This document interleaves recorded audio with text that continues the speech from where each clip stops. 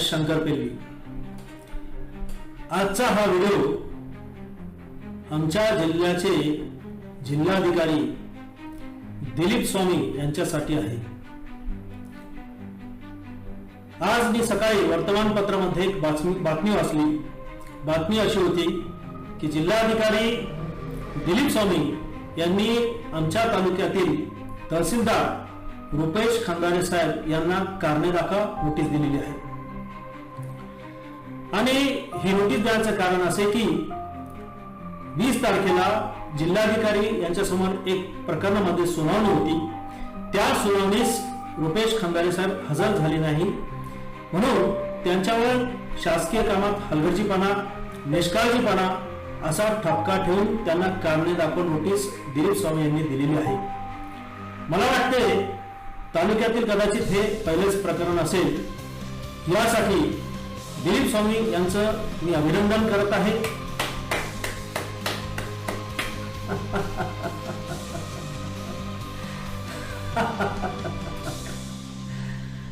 दिलीप स्वामी साहेब, तुम्ही आमच्या तालुक्यातील जनतेला मूर्ख समजत आहात का? पण एक गोष्ट लक्षात ठेवा, या तालुक्यामध्ये माझ्यासारखा एक जागरूक व्यक्ती बसलेला आहे, जो तुमच्या प्रत्येक कामावर बारकाईने लक्ष ठेवून आहे। त्यामुळे तुम्ही मला तर अजिबात मूर्ख बनवू शकणार नाहीत। सदर सुनावणी प्रकरण जे आहे ते काही वेगळंच होतं, परंतु मीडियासमोर वेगळ्याच पद्धतीने हे प्रस्तुत करण्यात आलं आणि त्यामध्ये तहसीलदार हे दोषी असल्याचा ठपका ठेवण्यात आला। परंतु या प्रकरणातील नेमकी सत्य परिस्थिती काय आहे, या प्रकरणाची नेमकी सत्यता काय आहे, हे मी या व्हिडिओच्या माध्यमातून जनतेसमोर ठेवत आहे। सिल्लोड येथील सर्वे नंबर 42 व 43 मध्ये नगर परिषद सिल्लोड म्हणजेच कॅबिनेट मंत्री अब्दुल सत्तार अब्दुल नबी यांची एक हाती सत्ता असलेल्या नगर परिषद मार्फत प्रचंड मोठा घोटाळा, अनियमितता, गैरप्रकार करण्यात आलेला आहे।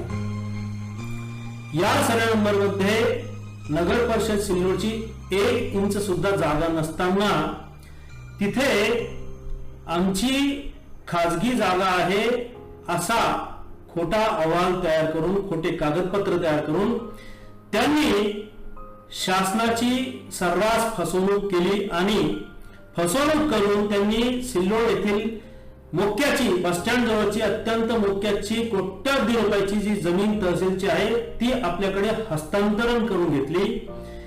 या प्रकरणामध्ये मी व माझे सहकारी मागच्या 1.5 वर्षापासून आपल्याकडे तक्रारी देत आहोत। दिलीप स्वामी साहेब, आपल्याला या तक्रारीची दखल घेण्याची कधी अशी गरज का वाटली नाही? आणि याच भ्रष्टाचाराच्या, या गैरप्रकाराच्या प्रकरणामध्ये नगर परिषद सिल्लोड यांना वाचवण्यासाठी, अब्दुल सत्तार यांना मदत करण्यासाठी सिल्लोडचे तत्कालीन तहसीलदार रमेश जसवंत व विद्यमान उपविभागीय अधिकारी लतीफ पठाण यांनी खोट्या कागदपत्र आधारे, खोट्या अहवाला आधारे आपल्या समक्ष एक प्रस्ताव सादर केला शर्तभंगचा।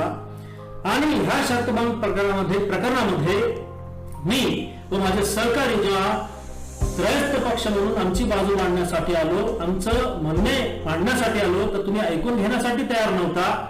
तुम्ही आम्हाला वेळ सुद्धा देत नव्हते आणि इतक्या लगबगीने, इतक्या घाईने हे प्रकरण सुनावण्यासाठी आपण घेत होता की जसं असं वाटत होतं की हे प्रकरण जनतेचं नसून हे तुमचं खासगी प्रकरण आहे का, अशी शंका निर्माण झाली होती। आणि या प्रकरणामध्ये विद्यमान जे तहसीलदार आहे रुपेश खंदारे यांना असं कदाचित वाटलं असेल की या प्रकरणात आपण गुंतू नये, अडकू नये, उद्या आपल्यावर या प्रकरणामध्ये कोणती कारवाई होऊ नये, कदाचित यासाठी ते या प्रकरणामध्ये उपस्थित झाले नाही। कारण त्यांना असं वाटलं की उद्या या प्रकरणामध्ये जर चौकशी लागली तर माझी नोकरी धोक्यात येईल, म्हणून कदाचित रुपेश खंदारे साहेब हजर झाले नाही। परंतु तुम्ही त्यांच्यावर उलट निष्काळजीपणाचा, हलगर्जीपणाचा ठपका ठेवून त्यांनाच कारणे आपण नोटीस दाखवली। अरे साहेब, आमच्या तक्रारीची पहिले दखल घ्या. तुम्ही स्वतःला खूप कर्तृत्ववान किंवा कर्तव्यदक्ष प्रामाणिक अधिकारी समजत आहात का?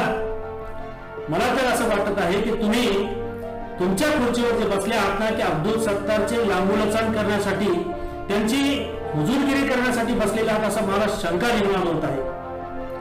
आमच्या तक्रारीची कोणतीच दखल न घेता तुम्ही या सर्व नंबरच्या सुनावणी प्रकरणामध्ये थातूर मातूर सुनावणी घेऊन प्रकरण निकाली करण्याचा प्रयत्न करत आहात. खरं तर तुम्हाला मला या अशा अधिकाऱ्यांची खरं मला लाज वाटते साहेब. इथे इतका मोठा भ्रष्टाचार झाला, सगळे पुरावे तुमच्याकडे सादर केले आम्ही, त्याचा तुम्ही विचार करून प्रकरणात निर्णय घ्या. उद्या जर तुम्ही या प्रकरणात चुकीचा निर्णय दिला आणि तुमच्या निर्णयामुळे या भ्रष्टाचाराला जर पांघरून पडले तर 100% तुमच्यावर सुद्धा आम्ही कारवाई करण्यासाठी मागे पुढे पाहणार नाही. दिलीप स्वामी साहेब, आमच्या सर्व तक्रारीची आपण दखल घ्यावी आणि दखल घेतल्यानंतर प्रकरणामध्ये सखोल चौकशी करावी.